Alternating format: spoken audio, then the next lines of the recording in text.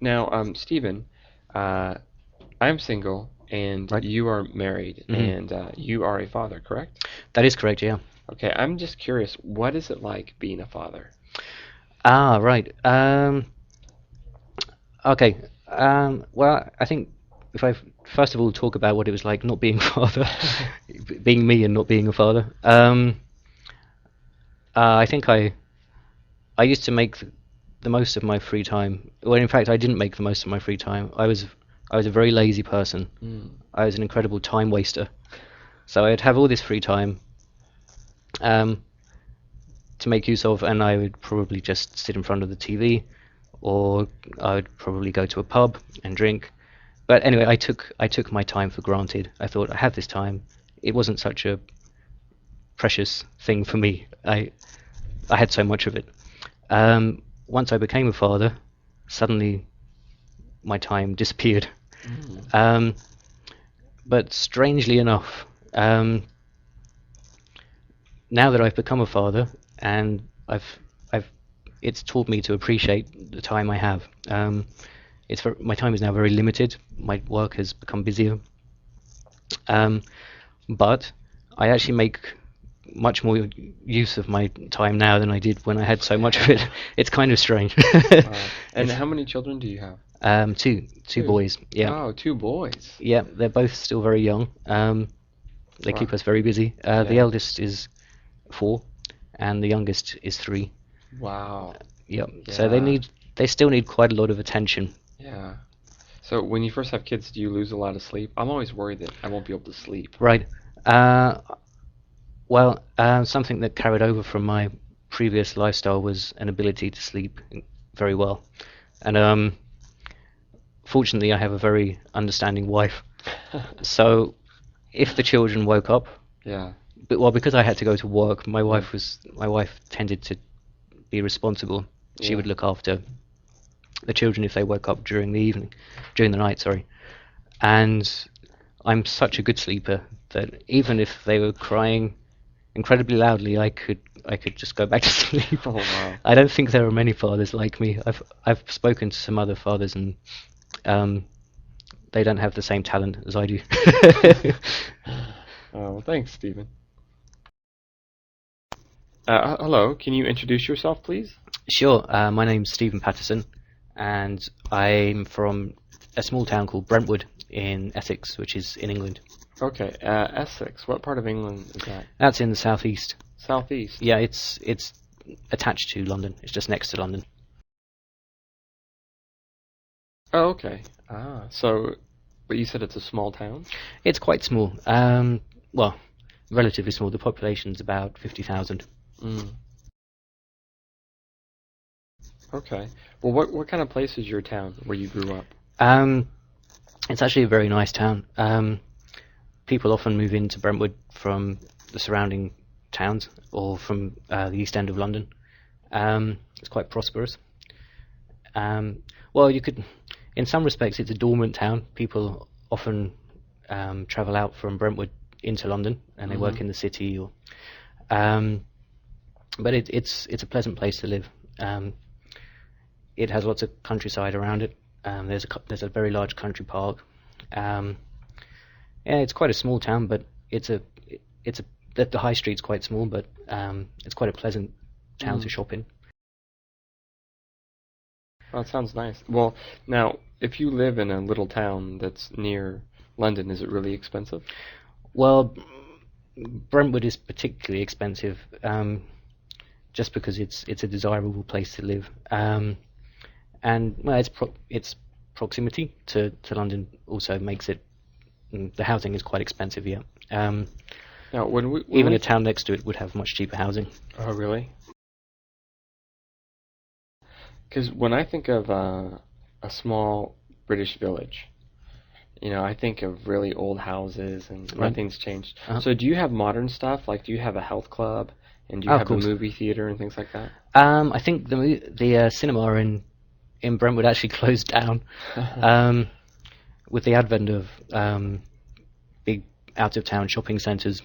They always have their multiplex Mm. cinemas with 6 or 8 screens, and the cinema in Brentwood only had 2 screens. and it couldn't really compete. So Yeah. everyone has cars these days, so they can easily travel Yeah. to big shopping centres. So that closed down. However, yeah, it has a very nice health centre. As I said, lots of parks to play. There's lots of opportunity to exercise and do various forms of recreation. Wow, sounds like a nice place to live. So, Stephen, where did you go to college? I went to the University of Wales, the College of Cardiff there. So in the United Kingdom, obviously. Wow, sounds fun. So Yeah, what's a university like in Wales? Is it different than university like in Britain? Yeah, it is. For example, Wales has its own distinctive language and culture as well. So if you go to Wales, you'll see street signs written not only in English, but above that you'll have the Welsh language there. And Welsh people are very, very proud of their language and their heritage and their culture. And it made it just a slightly different experience from studying over the border in England. So they speak Welsh, is that the language? That's correct, yeah. Yeah, they do. It's not spoken by everybody in Wales. Since the Middle Ages, the usage of the language has declined somewhat, but there has been a revival over the last 30 or 40 years. And now maybe about 40% of the Welsh population speak it as either a first or second language. Did you learn it when you were there? No, I didn't know. Everybody speaks English now. But, Yeah. but there's a lot of good music coming out in Welsh now, and there's lots of cultural festivals. And when I was at Cardiff, there's lots of pubs where it's Welsh speaking only, and it was quite good fun to go in there and try to order beer and stuff in the Welsh language. But that was about as far as I got. Could you say that there's it's a stereotype, but any difference between the Welsh people and the British people? There is, yeah, because they've had a different history, and obviously that affects how a people has evolved over many centuries. They like different sports. For example, they're more into rugby than they are into football. They tend to look slightly differently to English people. They tend to have sort of redder hair and darker eyes than English people. But also they're very, very loyal. They're very, very fierce. They're very passionate people. They're very nice people. Well, it sounds like a nice place to go. I'd love to go someday. Yeah, it was nice. So, Stephen, thought we would have a friendly debate. What do you think is the best sport in the world? The best sport in the world is unquestionably what is known in America as soccer, what is known in my country as football. Yeah, well, we'll call it football. I think football's good. Okay. It is a good sport, but I'm sorry, it's just not as good as baseball. Really? I'm quite surprised to hear you say that, because you did mention, I believe the question was the best sport in the world. Yes. Yeah, whereas baseball isn't anywhere nearly as widely appreciated worldwide as football is. Ah, that's true. That is true. I mean, I will give you that. But a lot of countries do play baseball. It's popular in Asia. They do, and, indeed, yeah. in Central America and in North America. Yeah. And it's a young sport. You just got to give it time. We need more time to come around. Yeah, I mean, I don't particularly have anything against kids playing baseball. I think getting kids out playing any sport is very healthy and is very good thing to happen. But I've got to say, I mean, for young kids, particularly in developing countries where they perhaps need a lot more equipment to play baseball, I think soccer is much more accessible than baseball in terms of they only need a ball, a field, a street even before they can get started. Well, it's kind of true. I mean, but in baseball, you just need a stick and a rock. Yeah, you could do it like that, yeah. But, I mean, okay, one thing I think that how baseball is better than football is that in baseball, it's more democratic in that everybody has to bat. You can't have a prima donna star. I mean, you can have stars, but everyone's got to swing the bat. And, in soccer, if you're a fullback, if I'm using that correctly, if you play back by the goal, you're kind of just lagging back there. You're not gonna score or anything. Yeah, that's very, very true. And I think you're very right in saying that baseball is indeed a democratic sport. But I think soccer gives each individual player to play to his own strengths and his own physical capabilities. So, for example, you have people who are naturally strong presence who are more suited well to playing in defence, whereas your speedier players and your slightly more cunning players probably lends itself better to being a striker. So it really allows people to specialise, and the crowd really get behind that. The crowd really appreciate a good, strong defender and a nifty striker who gets in there and poaches a lot of goals for his team. Yeah, well, that's true. I mean, actually, those are some good points. But in baseball, you have to utilize more skills. I mean, you have to be skilled at catching the ball, Yes, throwing yeah. the ball, hitting the ball, Yeah. running the bases. Yeah. In football, you just got to run and kick. Yeah. But I mean, to be honest with baseball, that's it's not really doing anything that cricket never did. For example, all of those skills were, employed in a sport that was invented way much longer ago than baseball ever was. Yeah. That is true. You got me on that one. So anyway, well, I like football, but I have to stick with baseball. That's fine. I think we can agree to disagree. All right, Steve, can I ask you a few questions about your job? You certainly may. Okay, what exactly do you do? Well, I work for a publishing company named Longman, and I'm one of the sales reps that is based in our Osaka office. Okay. Each of the sales reps have a given territory, so I cover the Western Japan region for Longman. It's a pretty big region. It is indeed. It is, Andy, yeah. Do you do a lot of traveling for that? We do indeed, yeah. So basically my main job is to go around to the universities, to some extent the high schools and the private language schools, and to see what their needs are, to see what kind of books they're using. But also increasingly now we're promoting CD-ROMs and e-learning, as well as the traditional textbooks. Very nice, very nice. What kind of schools are buying your books? Well, again, the universities is a huge part of it, because in Japan, the first-year students and to some extent the second-year students have compulsory English education. And there's a lot of teachers who have big classes, large enough classes, that it makes it very much worth our while to visit those universities and make sure that those teachers are using as many of our books as possible. But you mentioned e-learning, so a lot more like computer-based. Yes, indeed. English. Yeah. Is that growing? It is. I mean, it's growing quite slowly because it takes a lot of time for the decision-making process at, say, for example, a Japanese university to kick in and to invest in our CD-ROMs. Sure, plus first they need to have a computer room. They do indeed, yeah. It's a big investment. Yeah, but they've already made a huge investment in the hardware, and it's actually not such a huge leap of faith to persuade them to invest a little bit in the software as well. And the people we have using our software are really getting a lot of enjoyment from it, and they're enjoying interacting not only with the teachers but with the computers as well, and getting immediate feedback with what they're doing.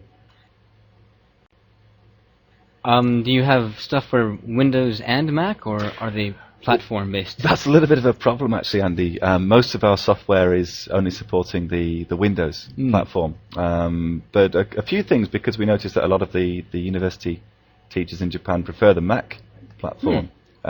We are moving somewhat slowly in that area, but we are producing more software to support the Mac platform. Oh, very nice. So, do you go by Andrew, or is Andy okay? Andy, please. Yeah. Okay, Andy, yeah. Could you tell us a bit about the work you do with your website? Sure. I've made a website for people to study English using movie trailers. Okay. Movie commercials. Okay. On the site, you can see lots of different trailers, over 100. Wow. And you can do various activities. Right. You can read a summary. You can do a close exercise. Okay. You can read a script. You can click on a vocabulary word, and it will show you definitions, example sentences. Okay. Okay. Yeah, other little quizzes and stuff. Okay. Yeah, it's pretty So you fun. have the subtitles on there. No subtitles. It's all English. Okay. Yeah. Yeah, English trailers with English voices only. Okay. So do you have the transcripts in English? Do you have the English Yes. subtitle on there? Yes. Yeah. So students can watch the trailers while they read. Right. Okay. So yes. And what kind of movies have you been able to put into use? Oh, gosh. Recently we've added War of the Worlds. Oh, the H.G. Wells classic. Yes, yes. Yeah. The new Spielberg version. Wow. Okay. Yes. Okay. Yes. The new Hitchhiker's Guide to the Galaxy is going to be up there shortly. Right. Okay. That's looks like a fun trailer. Excellent. Yeah. Yeah, lots of good stuff. Yeah. Various genres too, like computer animation or like love stories or action. Okay. Okay. Yeah, something for everybody. Yeah. And which type of people have been accessing the website, and who's getting the most from it? People from all over the world are going now. I've had people email me about the site from over 25 different countries. So it's very international. Excellent. Yes. Excellent. Yeah. Yeah. Right. And how long have you had this website up? Almost 3 years now. Yeah. I guess. Yeah, about 3 years. Wow. Okay. Well, it sounds extremely interesting. I'd be very looking much forward to having a look at it myself. How can I access this website? So, Mark, what do Kiwis like to do in the summer? Yeah, I think the first thing for some people to realise is that Christmas is midsummer in New Zealand. Oh, nice. So Kiwis combine Christmas holidays, New Year holidays with a summer vacation as well.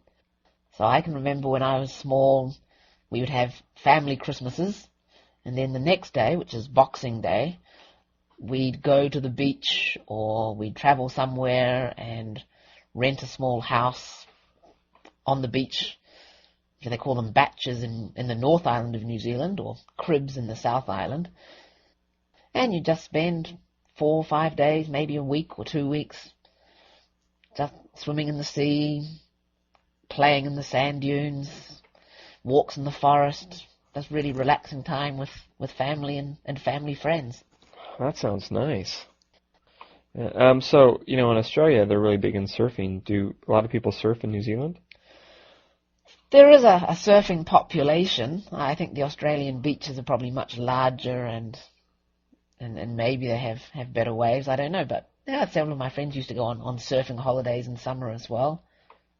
Oh, cool. And what foods do people like to eat when they get together for summer? Barbecue is almost the national obsession in summertime. Everyone just throw a saucy on the barbie, or friends would just ring up and say, hey, it's a nice night, let's have a barbie. And I think all my friends have their own barbecue set. Okay. Well, what meats do people usually barbecue? Again, New Zealand food used to be very much sort of either lamb or beef, but now it's getting a lot more varied. You can grill a nice fish on the barbecue. You can still have sausages and chicken, pork, beef, lamb, whatever you want. Yeah, it sounds good. Okay, well, thanks, Mark. Okay. So, Mark, when I was in London, I saw so many people from New Zealand. And actually, everywhere in the world, I meet so many people from New Zealand, but you have such a small population. Is anybody still in New Zealand? Yeah, I think the Kiwis and Aussies that you see in London and in other parts of England and Europe, they're all, or many of them are young Kiwis doing what we call the big OE. Okay.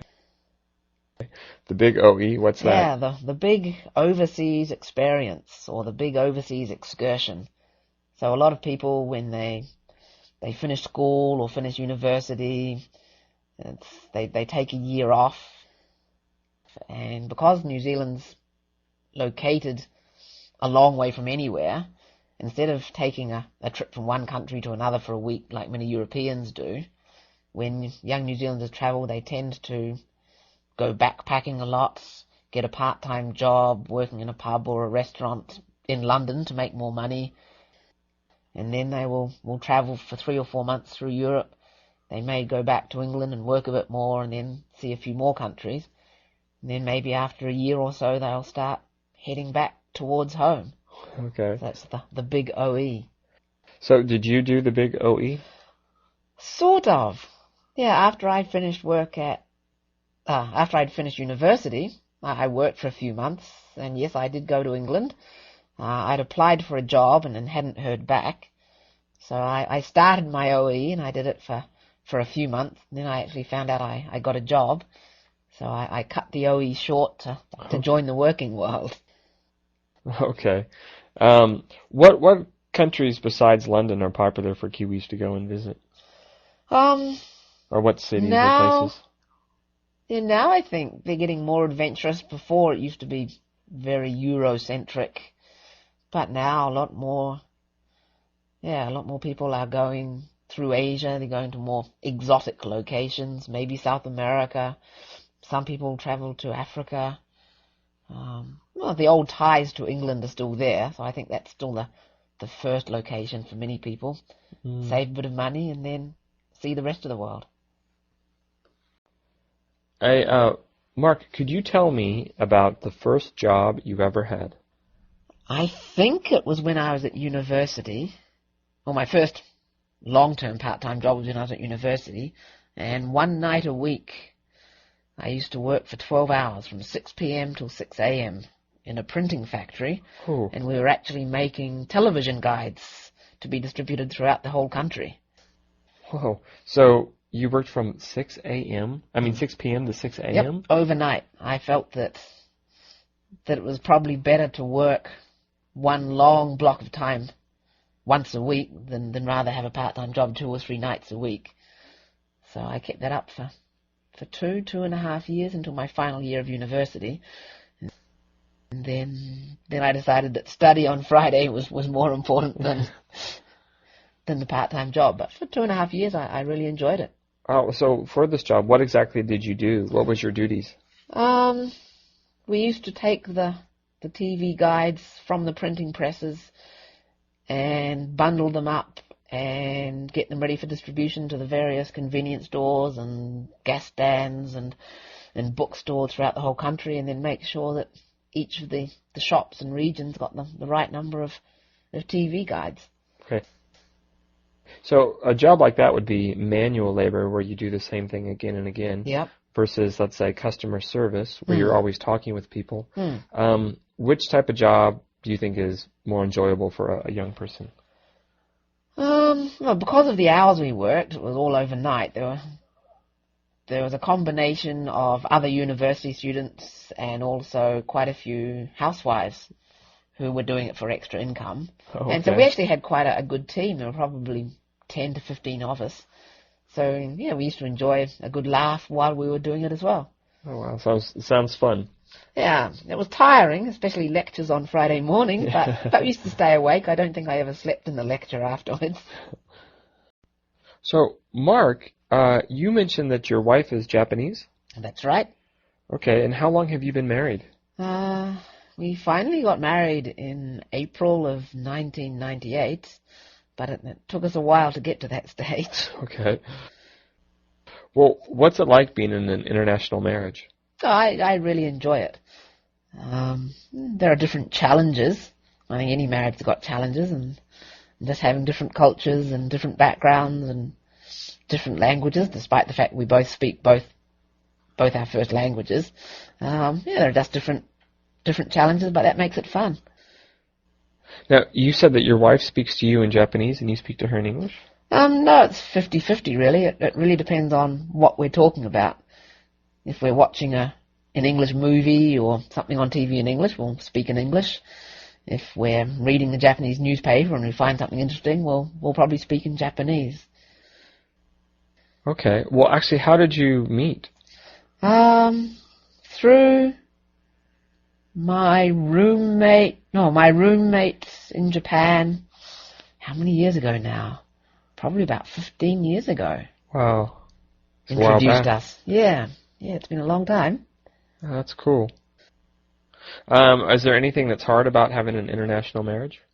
I suppose it means that you're always away from one person's family. I suppose that's the hardest thing. Yeah. So I'm in Japan now, so I'm a long way from my family.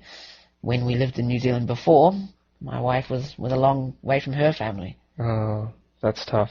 That is tough. So how long did you live together in New Zealand? We were there for about 4 years, I think. 98, 2000, 97. Yeah, approximately 4 years in New Zealand. Now, have you lived in any other countries together? No, not together. It's either been Japan or New Zealand. Do you have any plans on which country you're going to settle in? No, that sounds very permanent to me. So you never know. Never know. All right, thanks a lot, Mark. Okay.